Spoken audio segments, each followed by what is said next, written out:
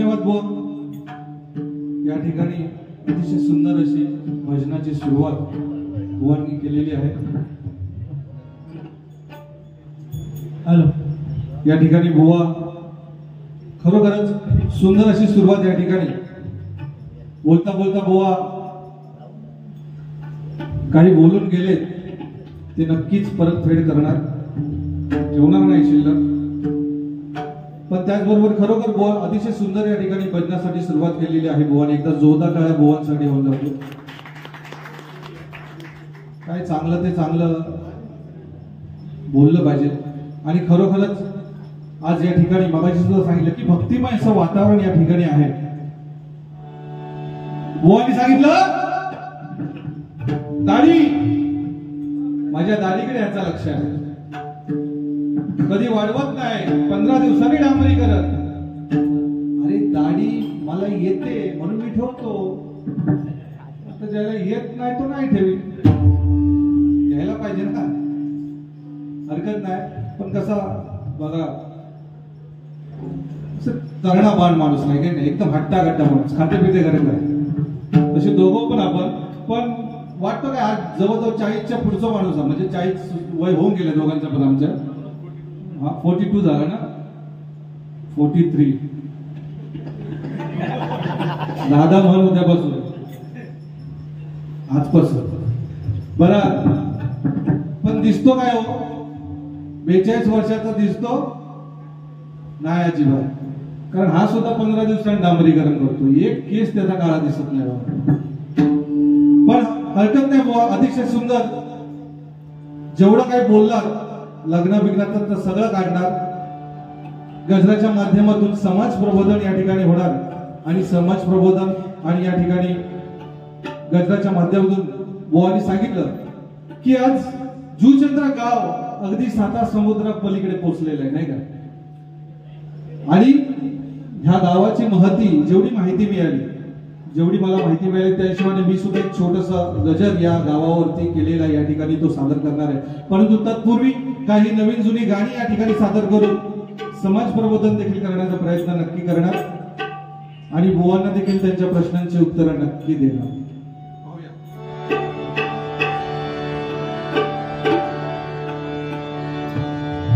बघा गाणी येतात जातात.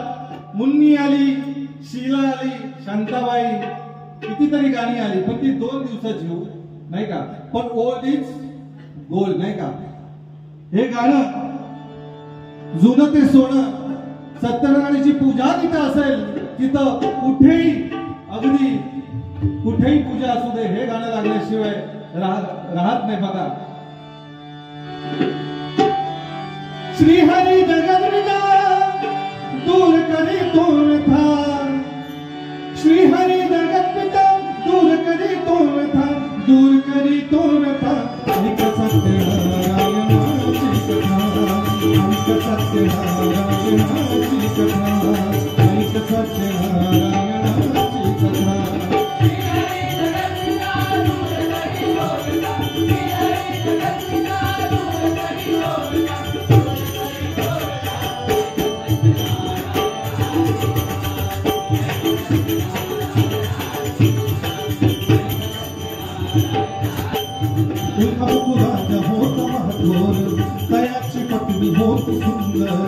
नदी किनारी एक दादानी गदली महापूजा दोघांनी आली एक नौका त्याच मार्गानी नाव भरलेली पूर्ण रंगानी होती व्यापारी साधू वाऱ्याची रीत पाहण्यास आली गुजरासी फुलका मुद्या जमवले ऐकावे व्रत नारायणाचे सावे मनीची फळ मागावे चरणी श्री हरीच्या लागावे.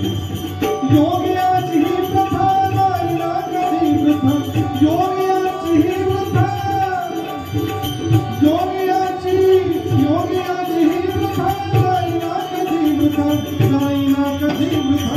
ऐक सत्यनारायण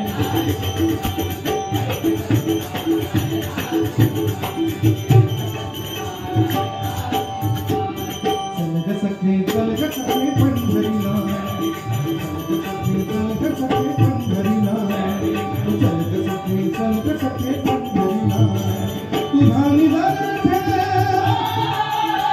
तुझा निधान ठेव तिथे गावात खेळे, तुझा निधान ठेव तिथे गावात खेळे, तर भेटू विठ्ठल रखुमाईला.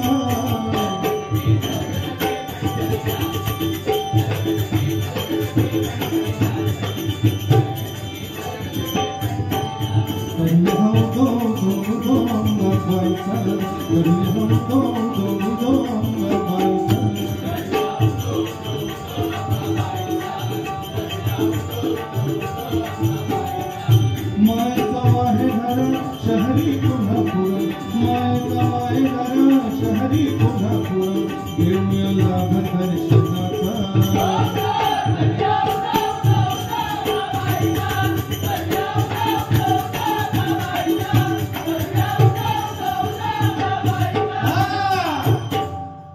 बुवा बोलता बोलता मगाशी बुवा बोलून गेले वादेली. बुवा तुझं आणि माझं काय वाद आहे? हे भांडण आपलं प्रेमाचं आहे, रोजचं आहे. पण बोलता बोलता बुवा बोलून गेले वादेली. पण बुवा तू जरी मला वादेली बोलत असलास तरी मी स्वतः तुला माझा मित्र समजतो. बुवांसाठी एक गाणं या ठिकाणी.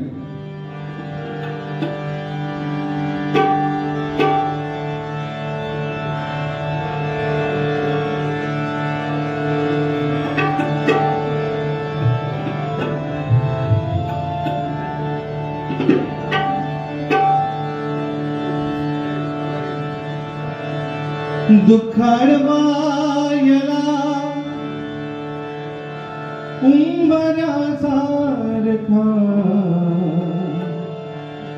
मित्राडवायला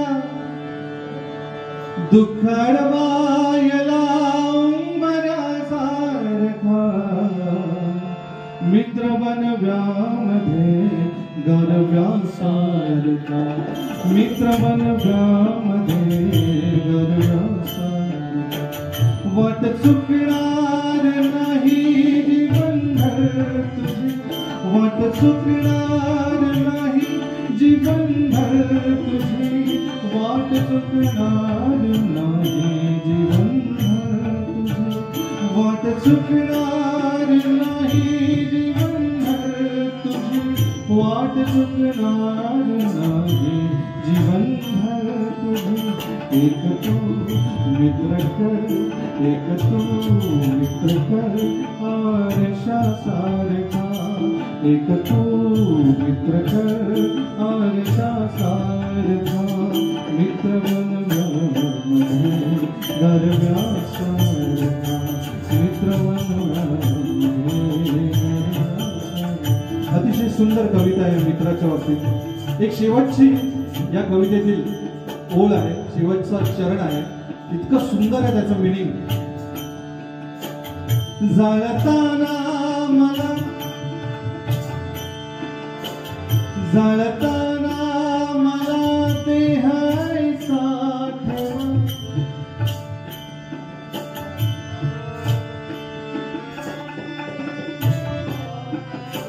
जाळताना मला देह ठेवासा, जाळताना मला देह ठेवासा, जाळताना मला देह ठेवासा, जाळताना मला देह ठेवासा.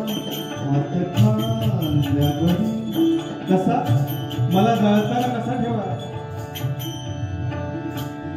हात खांद्यावरी, हात खांद्यावरी टाकल्यासारखा, हात खांद्यावरी टाकल्यासारखा, मित्र बनव्यामध्ये गरव्यासारखा, मित्र बनव्यामध्ये गरव्यासारखा, मित्र बनव्यामध्ये गरव्यासारखा.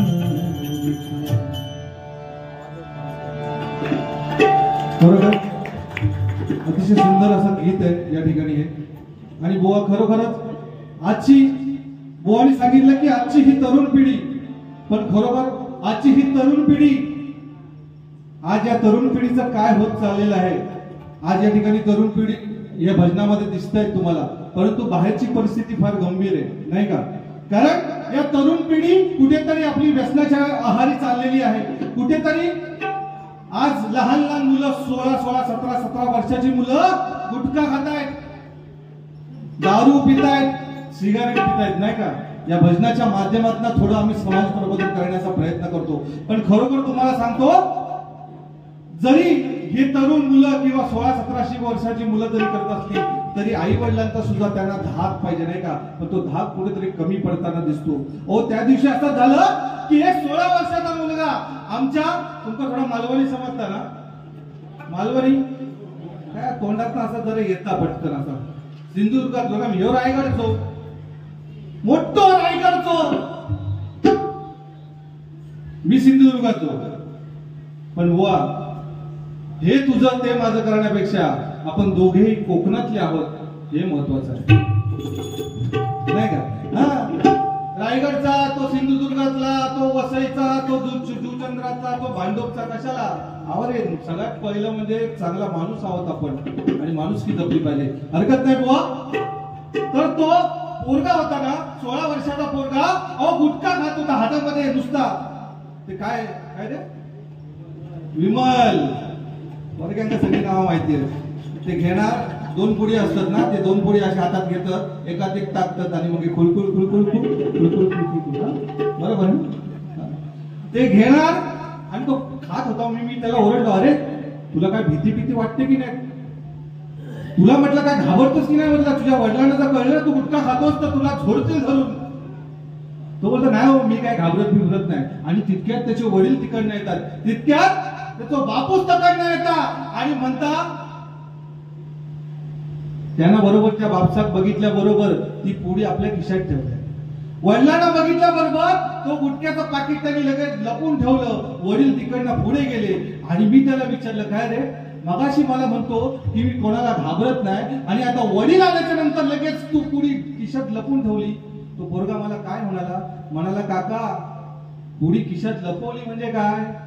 जर ह्यांनी जर ही पुडी बघितली असती ना तर ह्याच्यातला अर्धा म्हणतो त्यांना द्यायला लागला. ही आजकालची परिस्थिती आहे. कारण बघा, व्यसन हे खरोखर ही परिस्थिती बेकार आहे आजकालच्या मुलांची.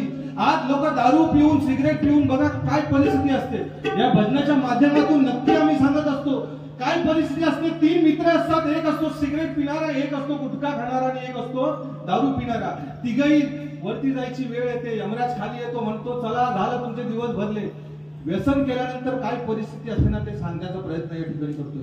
तिघांची वर जायची वेळ येते, यमराज खाली येतो आणि म्हणतो चला तिघांचे दिवस भरले. पण ते तिघही मस्त असतात, ते म्हणतात नाही यमा, आम्हाला अजून 1 महिना तरी मजा करायची आहे. यमराज पण ठीक आहे, चांगला होता बिचारा, कारण कल्पनेतला आहे ना तो. तो मला चला तिघांना 3 खोलीत टाकतो 1 महिन्यासाठी. दारू पिणाऱ्याला 1 महिना पुरेल एवढी दारू देतो, एका खोलीत टाकतो. सिगरेट पिणाऱ्याला 1 महिना पुरेल एवढी सिगरेट देतो, एका खोलीत टाकतो. गुटखा खाणाऱ्याला 1 महिना गुटखा देतो आणि एका खोलीत टाकतो. तिघांना 3 खोलीत टाकतो आणि 1 महिन्यानंतर यमराज येतो. मित्रांनो काय परिस्थिती असते बघा. पहिला जातो तो गुटखा खाणाऱ्याचा दरवाजा. गुटखा खाणाऱ्याचा दरवाजा उघडतो आणि बघतो तर काय, त्या ठिकाणी फक्त त्या माणसाचा सापळा पडलेला असतो, फक्त सापळा. अंगावर एकही चामडा नाही, नुसता सापळा पडलेला असतो. यमराज सुद्धा नाकाला हात लावतो आणि बाहेर येतो. दुसरा दरवाजा उघडला जातो, दारू पिणाऱ्याचा दरवाजा उघडतो आणि बघतो तर काय, शी घात, त्याचं लिव्हर फुटून सगळा त्याचा. यमराज उलटी यायची पाळी, बाहेर येतो. अरे काय रे मानवा, काय करून घेतलास तू? पुढे जातो, 3रा दरवाजा उघडतो आणि सिगरेट पिणाऱ्याचा दरवाजा उघडतो आणि बघतो तर काय, तो सिगरेट पिणारा अगदी राजासारखा खुर्चीवर बसलेला असतो. आता ह्याच्यात कोण सिगरेट पिणारा असेल तो जाम खुश झाला असेल, वाचला. तर सिगरेट पिणारा अगदी राजासारखा अगदी खुर्चीवर बसलेला असतो. यमराज जातो आणि विचारतो, अरे तू कसं काय जिवंत? तुझे दोन्ही मित्र गेले, तू कसं काय जिवंत? तो सिगरेट पिणारा मित्र म्हणतो, यमा ये म्हणतो तुझीच वाट बघतोय. अरे 1 महिना पुरेल एवढी सिगरेट दिलीस, पण माचीस कोण तुझा बापूच देणार. अशी छोटीशी गंमत करत करत करत आपण पुढे जाऊया नाही का? बोवानी मगाशी सांगितलं की लग्नाला घेऊन गेला मला. लग्नाला लय फिरत असतो हा, लय लग्नाला. आता बघा गणपती झाले, दिवाळी पासून सुरुवात त्याची, गावीच असतो तिकडे रायगडला. पण हुशार हो, लहानपणापासून लय हुशार. हा मालवणी ना. बोली लग्नाचं सांगितलं नाही ना, मी तुमचा एक सांगते. म्हणजे कसं माहिती, असो एक माणूस असतात लग्नाच्या अगोदर ना, ह्याची सवय कशी आहे, आपला ठेवायचा झाकून, आपला ठेवायचा झाकून, दुसऱ्याचा बघायचा वाकून, ही ह्याची सवय आहे. हा पण तसोच असो एक माणूस असता, ह्याचं नाव नाही मी घेत, एक माणूस असता. काय होता की त्याला पोरगी बघू जातात, तर पोरगी बघ, पण ते काय एक प्रॉब्लेम असता, काय डोळ्यात त्याला रात्रीचा संध्याकाळनंतर त्याला काय दिसत नाही. म्हणजे 7 वाजले की त्याच्या डोळ्यासमोर अंधार, आणि त्याच्यातच काय झालं की त्याला पोरगी बघू जावचा लागला. बरं गेलो या दुपारचो, म्हणालो पटकन पोरगी बघणार आणि परत रिटर्न येणार, पण नाही. गेलो खरो, गेलो त्या बाजू, परंतु थेट त्याला संध्याकाळ झाली. आता समजलं आता माझा काय खरा नाही, आणि सासू त्याला सोडून तयार नाही, म्हणाले नाही जाऊया नो, आज खाऊनच जायचा, श्रावण असलो तरी खाऊनच जायचा. तेव्हा थांबायचा लागला. पण तो गुलाम हुशारले, त्याला काय केल्या, सगळं घर मापून घेतले, सगळं घर त्याने मापलं. कुठे भिंत आहे, कुठे दरवाजा आहे, त्या दरवाजाला पावलं किती आहे, सगळं काही मोजून घेतलं. आणि तो बाबा एकदम शांत बसला, म्हणाला आता का मला दिसायचं बंद झालेलं आहे, आता मी काय करू काय समजत नव्हता. पण काय झाला, साशेन तिकडनं आवाज दिल्या, ओ जाऊया तू जेऊ केव्हा, जेऊ केव्हा, जेवायला वाढले म्हटल्यानंतर हा जाऊन बसला. पण कसा, ताट पुढे, ताटाकडे पाठ करून बसला, हो म्हणजे भीतीकडे तोंड करून बसला. कसा बसला जेवायला, उलटा बसला, भीतीकडे तोंड करून. ते का दिसता भय आता. सासू तकडनं म्हणता, ओ जावयानू असं काय उलटे बसलाशे. त्याचा डोक्या पेटला, मी उलटो बसलोय म्हणून. डोक्या लगेच त्याच्या लक्षात दिला. तो म्हणता नाही नाही नाही, ती म्हणता भिंतीवर तुम्ही चित्र काढली आहेत ना, ती म्हणता मी बघतोय. पहिल्या अगोदर बघून घेतला नव्हता, भिंतीवरची चित्र काढली असणार, ती म्हणता मी बघतोय. आणि सरळ बसलो, जेवू बसलो. आणि जेवू बसताना काय झाला, जेवता जेवता तकडनं एक मांजूर इला, आणि त्या मांजरान ताटात तोंड घातलं. मांजरान ताटात तोंड घातल्याबरोबर तिकडनं सासू बघता, सासू म्हणता ओ जावयानू, का मांजूर खाता बघा, तुका दिसत नाही या ताटामध्ये. ह्याच्या लक्षात दिल्याबरोबर तो म्हणता नाही नाही, मी जेवताना म्हणता मुक्या प्राण्यांना अजिबात म्हणता मारत नाही. तरी पण गुलाम सांगू तयार नाही की मला दिसत नाही.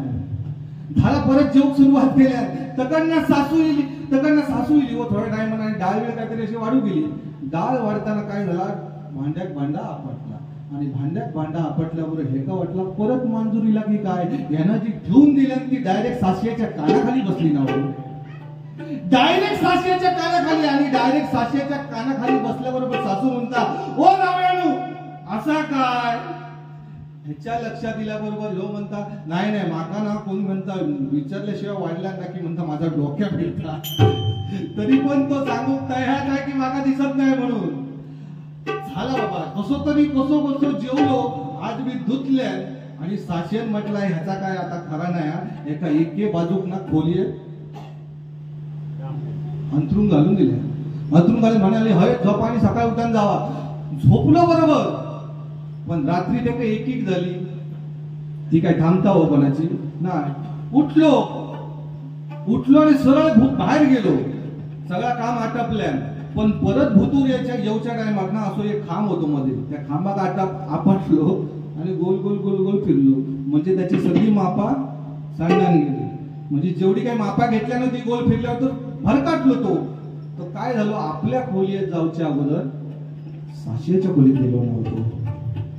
ताईनो काय वाईट सांगणार नाही, काय टेन्शन घ्यायचं नाही. साशेच्या खोलीत गेलो आणि अंतरून शोधता साशेच्या पायात हात लागल्याबरोबर ठणकन सासू उठली. ओ जावयानू आता काय. इतका बोलल्यावर ह्याच्या लक्षात दिला अरे मी चुकीच्या खोलीत दिले. इतक्या म्हटल्याबरोबर तो म्हणता नाही नाही त्याचा काय, मगाशी मी तुमच्या कानाखाली मारले ना त्याची म्हणता मी माफी मागू गेलोय. तरी पण गुलाम सांगू तयार नाही, मागा दिसत नाही म्हणून. समजला ना. असो ह्यो पण तसंच होता, आपला ठेवायचा झाकून दुसऱ्याला बघायचा वाकून. वा हरकत नाही बुवा, बऱ्याचशा गोष्टी आहेत. या 84 दशलक्ष योनी पार करून हा मनुष्य देह आपल्याला मिळालेला आहे. आणि खरोखर हा मनुष्य देह जो आपल्याला मिळालेला आहे तो हरिनामासाठी आपण वाया घालवायला पाहिजे. बुवानी सुद्धा सुंदर सांगितलं मगाशी. कारण या हरिनामाचं सगळ्या या ठिकाणी जे भजन चालू आहे, पूजन चालू आहे, याचं सगळ्यात जास्त पुण्य तुम्हाला मिळतं. आमच्यापेक्षा तुम्हाला जास्त पुण्य मिळतं का? कारण तुम्ही कोणताही मोबदला न घेता हे नामस्मरण, हे भजन तुम्ही ऐकत असता, नाही का? आणि आम्हाला कमी का? कारण आम्हाला फोन केला सांगणार, विचारणार, आम्ही त्यांना सांगणार किती देणार तरच येणार, नाही तर नाही येणार. त्यामुळे आम्हाला तुमच्यापेक्षा कमी, आमच्यापेक्षा तुम्हाला जास्त. बाकी काय नाही. खरोखर बुवा या ठिकाणी आणखीन एक दोन या ठिकाणी गाणी सादर करून पुन्हा आपण या गावाच्या गजराकडे वळूया.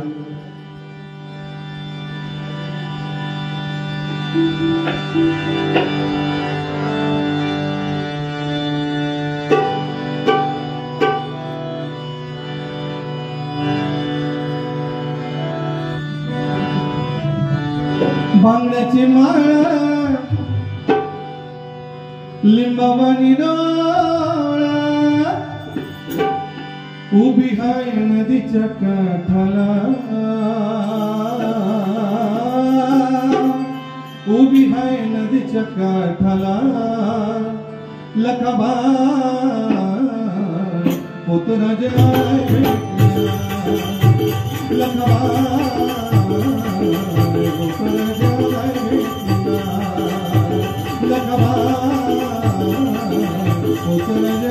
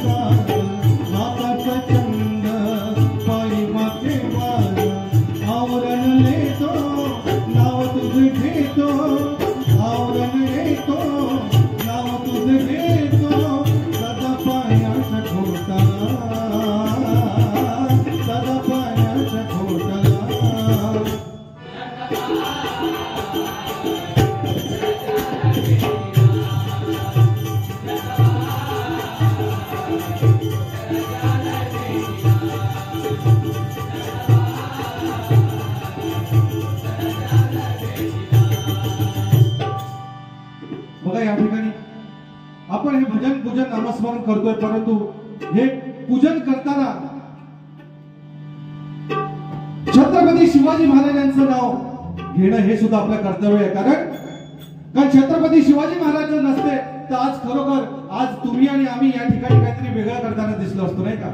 कारण 62 किलोची तलवार वागवतो, त्याचं नाव यसाजी, 2000 जणांबरोबर खिंड लढवतो, त्याचं नाव बाजी, हात तुटला तरी लढत राहतो, त्याचं नाव तानाजी, 8 तासामध्ये दिल्लीहून पुण्याला घोडांतो, त्याचं नाव संताजी, 1.5 तासामध्ये दुश्मनाच्या तंबूला कळस जोडतो, त्याचं नाव धनाजी, वाघाला फाडतो, त्याचं नाव संभाजी. आणि या सगळ्यांना एकत्र करून स्वराज्य निर्माण करतो, त्याचं नाव शिवाजी, त्याचं नाव शिवाजी, त्याचं नाव शिवाजी, नाही का? छत्रपती शिवाजी महाराज नसते तर आज तुम्ही आणि आम्ही या ठिकाणी नसतो. कारण छत्रपती शिवाजी महाराज जन्माला यायला पाहिजे असं आपल्याला सगळ्यांना वाटत असतं. पण छत्रपती शिवाजी महाराज जन्माला येण्याऐवजी आपले त्यांचे विचार या ठिकाणी या कलियुगामध्ये जर आपण आचरणात आणले तर खरोखर महाराजांची सुद्धा गरज नाही. आजचा तरुण छत्रपती शिवाजी महाराजांसारखी दाढी वाढवायची, छत्रपती शिवाजी महाराजांसारखे चंद्रकोर काढणार, हातावर लिहिणार छत्रपती शिवाजी महाराज, गाडीवर लिहिणार छत्रपती शिवाजी महाराज आणि स्वतःला मावळा म्हणून मिरवणार छत्रपती शिवाजी महाराजांचा. अहो गाडीवर लिहायचं छत्रपती शिवाजी महाराज की जय आणि तीच गाडी बारच्या बाहेर जाऊन उभी करायची. हा महाराजांचा अपमान आहे नाही का? त्यामुळे महाराजांचे विचार आले पाहिजेत. अहो मावळा असावा तर कसा असावा? छत्रपती शिवाजी महाराजांचे काय मावळे होते? एक एक मावळ्याच्या अंगामध्ये हत्तींचं बळ होतं आणि असं झालं.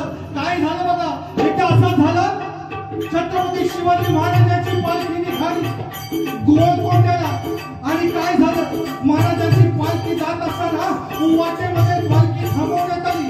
महाराज खाली उतरले आणि विचारतात काय झालं, पालखी का थांबवली? तेव्हा एक मावळा समोर आला आणि म्हणतोय महाराज गोलकोंड्याचे बादशाह स्वतः आपल्या भेटीसाठी आले आहेत. झालं दोघांची भेट होते आणि गोलकोंड्याचा बादशाह आणि छत्रपती शिवाजी महाराजांची दोघांची भेट झाली. दोघांची भेट होते.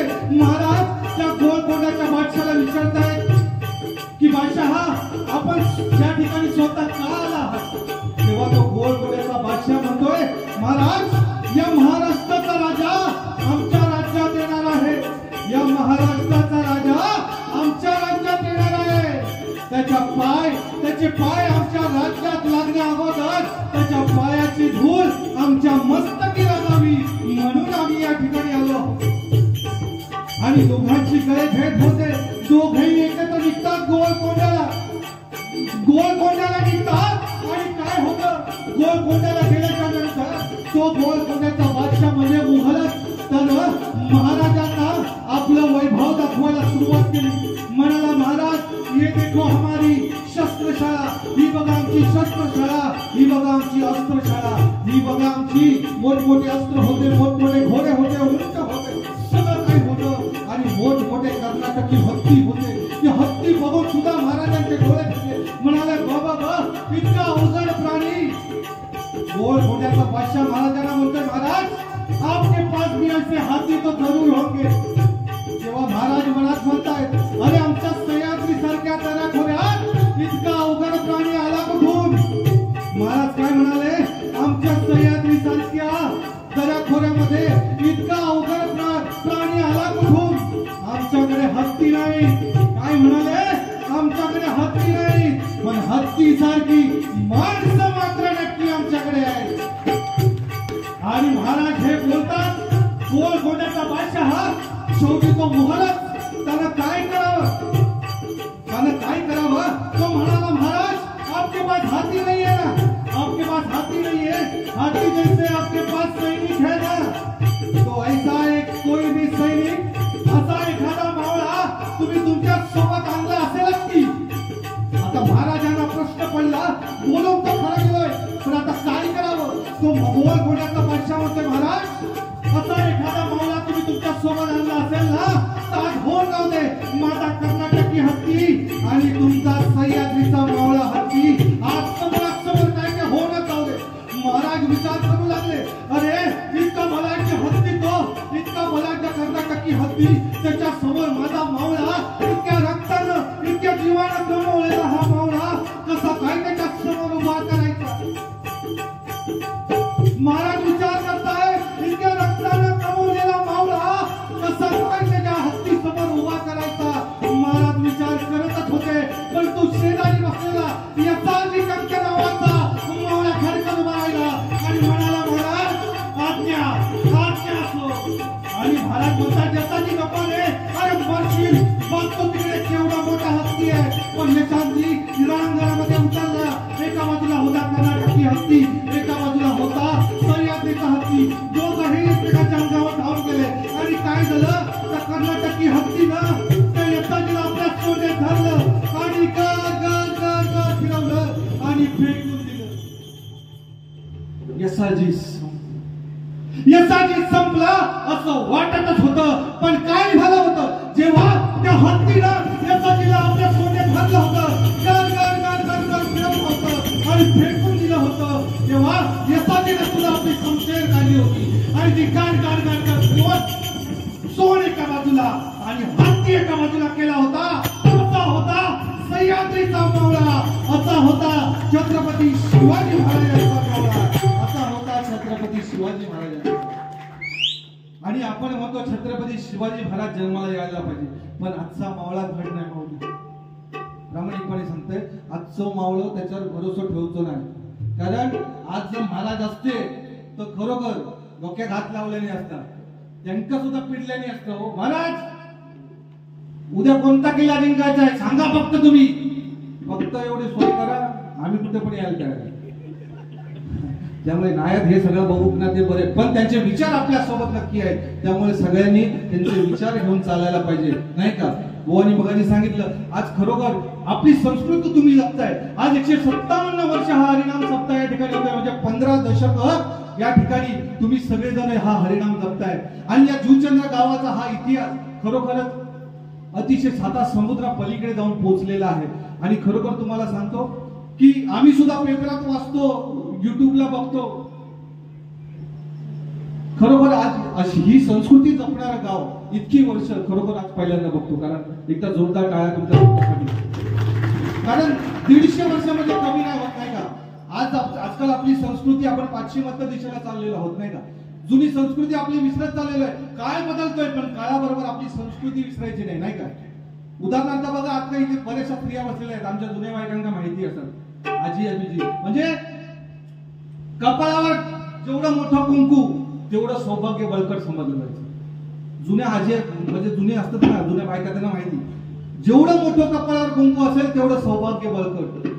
पण आता ते राहिलं काय, आता टिकली आली.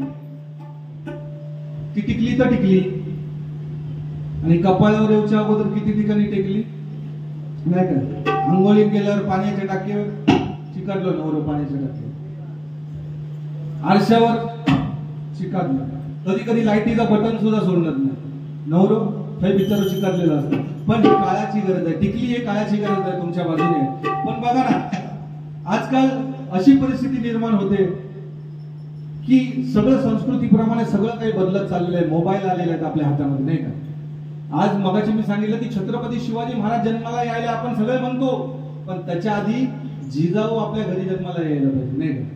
जिजामाता प्रत्येकाच्या घरात जन्माला आली तर छत्रपती शिवाजी महाराज येतील. कारण त्या जिजामातेने जर जेवढं करून ठेवलं होतं छत्रपती शिवाजी महाराजांसाठी केलं, की आजकालच्या आमच्या या मम्मींना कळत नाही, कळणार नाही का? कारण आजकाल आमच्या हातात मोबाईल आहे. आज आमची लहान मुलं, पहिलं आई आपल्या मुलाला जेव्हा रडत असतं तेव्हा आपल्या हृदयाशी घ्यायची, ते मुलगा रडायचं बंद व्हायचं, नाही का? का तिला त्या मुलाला सुद्धा कळायचं त्याचं कनेक्शन, आईचं हृदय एक कनेक्शन होतं, नाही का? पण आजकाल जर लहान मुल रडायला लागलं तर आमची आई त्याच्या हातात काय देते, मोबाईल देते, नाही का? का बाबा जेव एकदा, म्हणजे मला आराम करू. पण हे कुठेतरी थांबलं पाहिजे.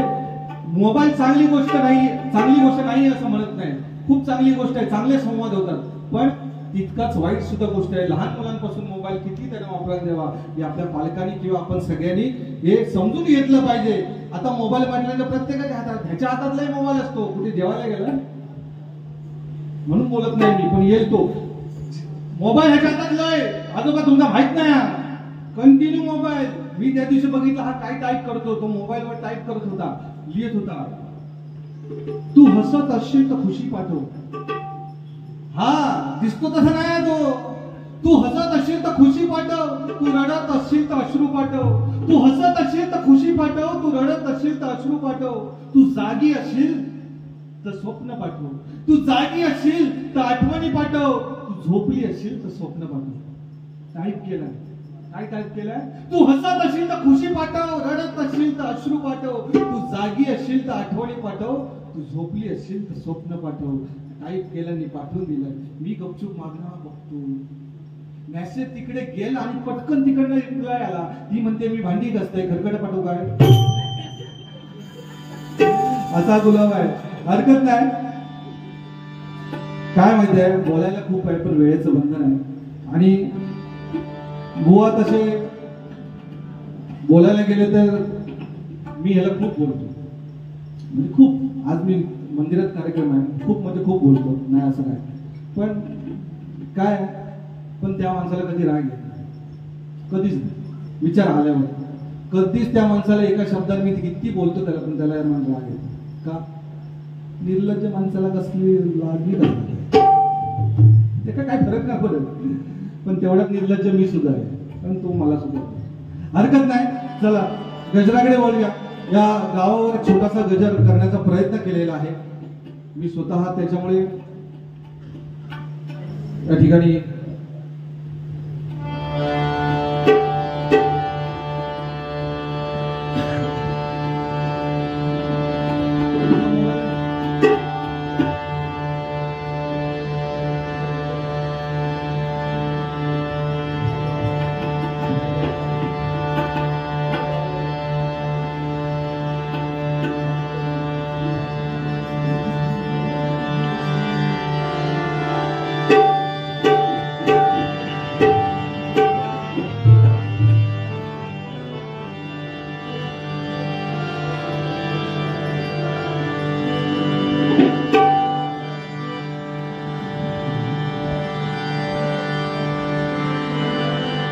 निसर्गरम्य गाव सुंदर. हल हल निसर्गरम्य गाव सुंदर अवतरला स्वर्ग जणू भूमीवर. निसर्गरम्य गाव सुंदर अवतरला स्वर्ग जणू भूमीवर. ज्याची कीर्ती गाजे जगभर. ज्याची कीर्ती गाजे जगभर. ज्याची कीर्ती गाजे जगभर.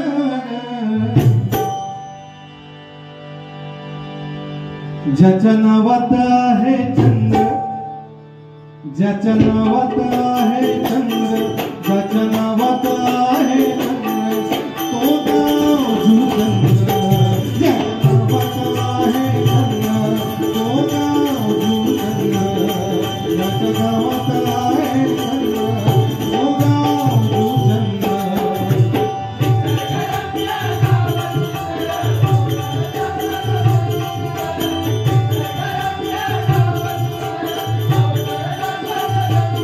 त्याची कीर्ती गाजे जगभर.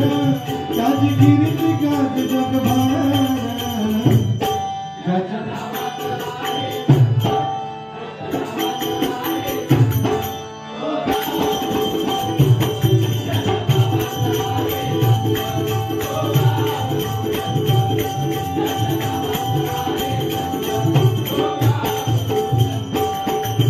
निसर्गरम्य गाव सुंदर.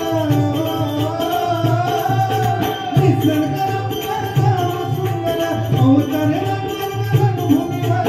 निसर्गरम्य गाव सुंदर अवतरला स्वर्ग भूमीवर. कीर्ती गाजे जगभर. त्याची कीर्ती गाजे जगभर.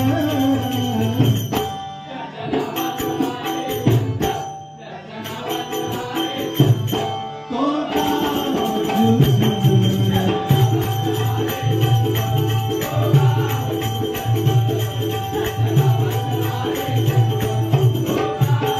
हा बघा, आज गेली 15 दशकापासून हे गाव आहे आणि हा तुम्ही संस्कृती जपताय. हे जो हरिनामाचा वारसा तुम्ही लोक जपताय आणि या गावाच्या नावाचा चंद्र आहे आणि माझ्या नावात सुद्धा चंद्र आहे का.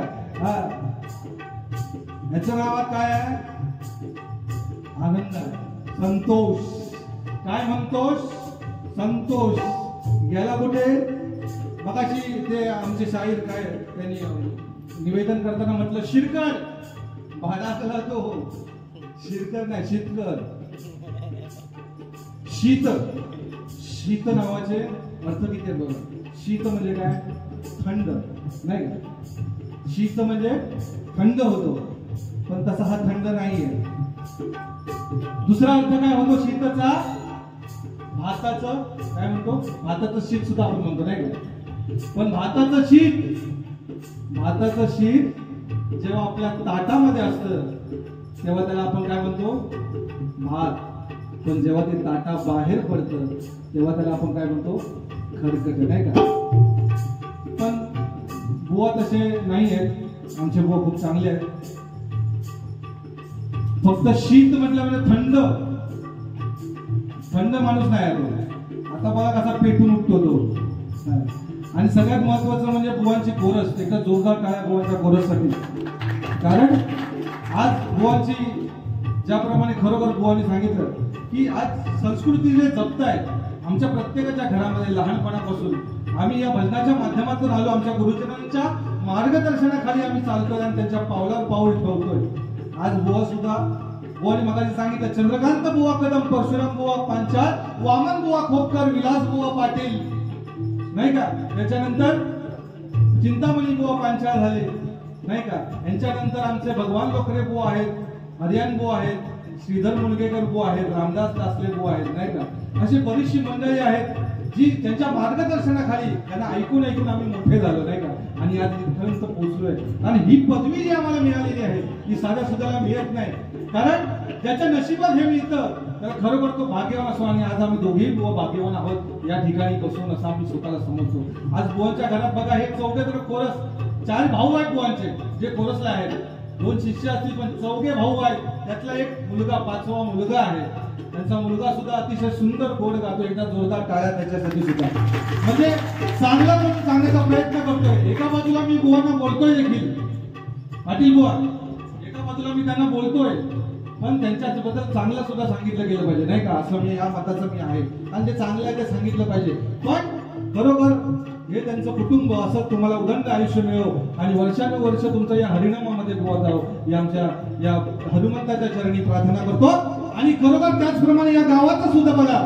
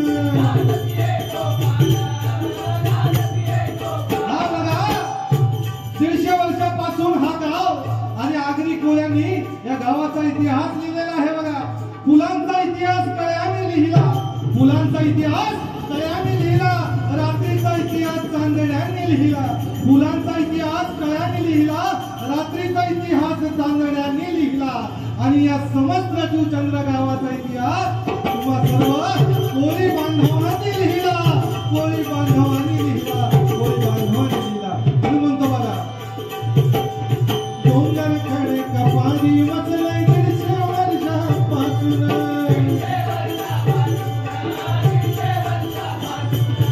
आखरी कोळी वाल्यांचा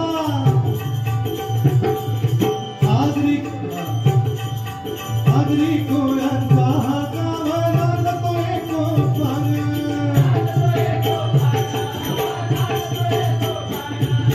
आई चंडिका रक्षण करते, आई चंडिका रक्षण करते, बसूनी डोंगरावर, आह बसूनी डोंगरावर,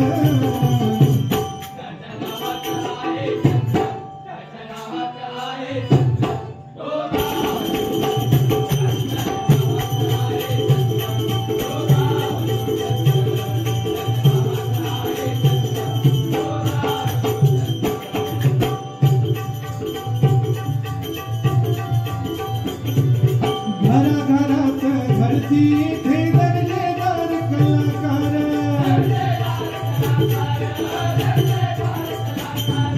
रांगोळीचं नाव गाजले 7 समुद्र पार।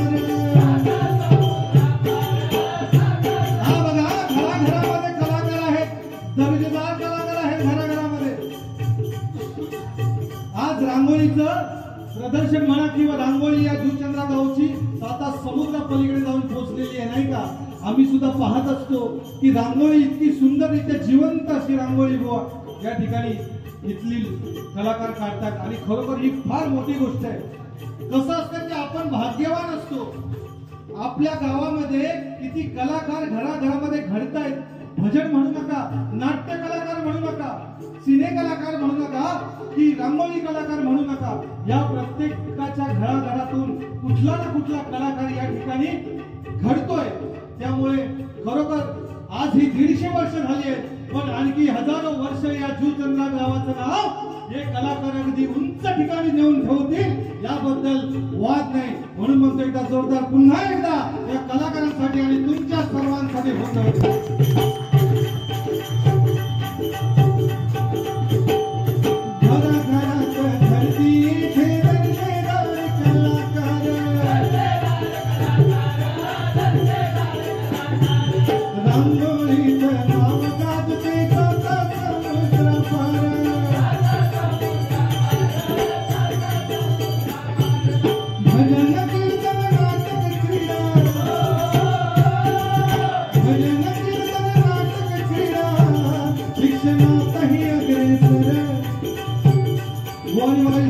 प्रत्येक या ठिकाणी जुचंद्रामध्ये डॉक्टर्स, इंजिनियर्स वेगवेगळ्या क्षेत्रामध्ये शिक्षणात असू दे, एक असं कोणतंही क्षेत्र उरलेलं नाही जे या जुचंद्रा गावामध्ये ज्याच्यामध्ये माणूस घडला नसेल, नाही का? म्हणून म्हणतोय शिक्षणातही भजन कीर्तन नाटक क्रीडा, भजन कीर्तन नाटक क्रीडा, शिक्षणातही अग्रेसर, शिक्षणातही अग्रेसर.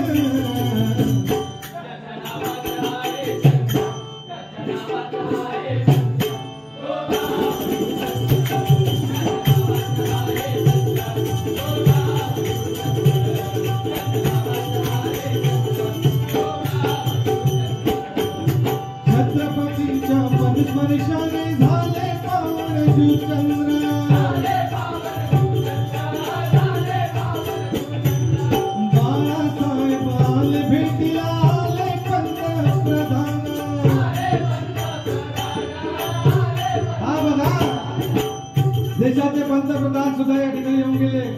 स्वर्गीय बाळासाहेब ठाकरे हे सुद्धा या ठिकाणी येऊन गेले. अशी जगामध्ये कुठली अशी गोष्ट आहे जी या जुचंद्रा गावाने नाही अनुभवली, नाही का? सगळ्या गोष्टी या ठिकाणी अनुभवल्या. छत्रपती शिवाजी महाराजांचे सुद्धा चरण कमल तुमच्या गावामध्ये लागून गेले. म्हणून म्हणतो की तुम्ही फार भाग्यवान आहात.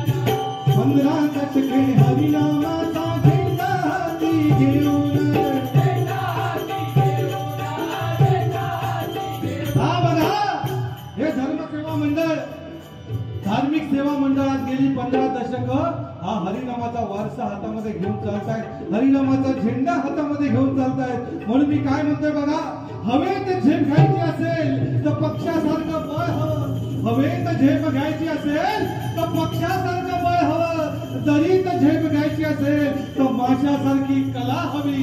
हवेत झेप घ्यायची असेल तर पक्षासारखं बळ हवं, दरीत झेप घ्यायची असेल तर माशासारखी कला हवी. आणि या जुचंद्रा गावासारखी म्हणजे हरिनामाचा वारसा 150 वर्ष अगदी निरंतर चालू कसा ठेवावा हे करण्यासाठी या जुचंद्रा गावासारखं काळीज हवं, या जुचंद्रा गावासारखं काळीज हवं बघा. कारण आज बरीचशी गावातली मंदिरं बंद आहेत, माणूस एकटा आहे. या कलियुगामध्ये माणूस माणसाला विचारत नाही, माणसाला माणसाची नशा झालेली आहे नाही का. देवाला सुद्धा आम्ही फक्त आमच्या स्वार्थापोटी पुजतो. आज मुंबईसारख्या शहरामध्ये जर तुम्ही बघितलं तर ही खरी परिस्थिती आहे नाही का. पण त्यातून सुद्धा वेळ काढून आज 150 वर्ष तुम्ही लोक एकोपाने या ठिकाणी आलात. कारण एकत्रपणा माणूस कधी होत नाही, पण 150 वर्ष तुम्ही एकत्र आहात नाही का. माती एकी मातीने केली म्हणून वीट तयार होते नाही का. एकी मातीने केली म्हणून वीट तयार होते, एकी विटेने केली की भिंत तयार होते, एकी भिंतीने केली की घर तयार होते. या निर्जीव वस्तू एकत्र येतात, परंतु माणूस एकत्र कधी येत नाही. बघा ना, आजकाल आपल्या समाजामध्ये कितीतरी अशा गोष्टी आहेत. आपण काय शोधतोय समाजामध्ये जाऊन? सुख शोधतोय ना. प्रत्येक जण सुख शोधतो की मला सुख कसं मिळेल, कधी मिळेल. पण सुखी आहोत का हो आपण? आपल्याला वाटतंय आपण सुखी आहोत, पण नाही. आपल्या आजूबाजूच्या समाजात बघाल तर अशा अनेक गोष्टी घडतायत की तिथे बलात्कार होत आहेत, तिथे प्रॉपर्टीसाठी भांडणं होत आहेत, एकमेकांच्या पोटावर माणसं बसतायत, एकमेकांशी भांडतायत. हे काय दर्शवलं जात आहे की कुठेतरी सुख, आपण सुखी नाही आहोत. पण सुख कशामध्ये आहे तर अंतर्मनातील शांतीवर सुख अवलंबून आहे. आणि ती अंतर्मनातील शांती जर कशामध्ये मिळत असेल तर हे हरिनाम आहे. आणि म्हणून हे अविरतपणे केलं पाहिजे. आणि जे तुम्ही गेल्या 157 वर्षापासून करत आहात. म्हणून म्हणतो बघा, धार्मिक सेवा मंडळानं कार्य केलं महान,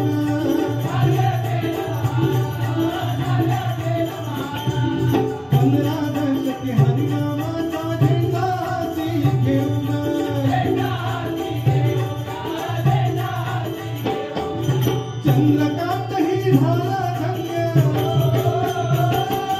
चंद्रकांत ही झाला धन्य. गाव पाहून जुचंद्र, गाव पाहून जुचंद्र.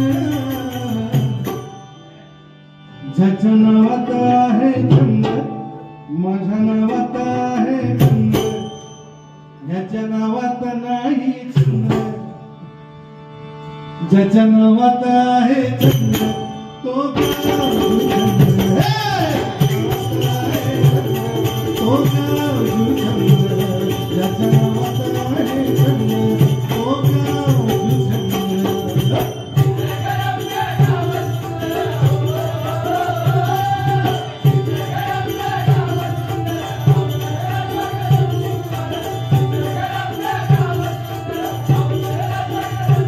ज्याची कीर्ती गात जगभर, ज्याची कीर्ती गात जगभर.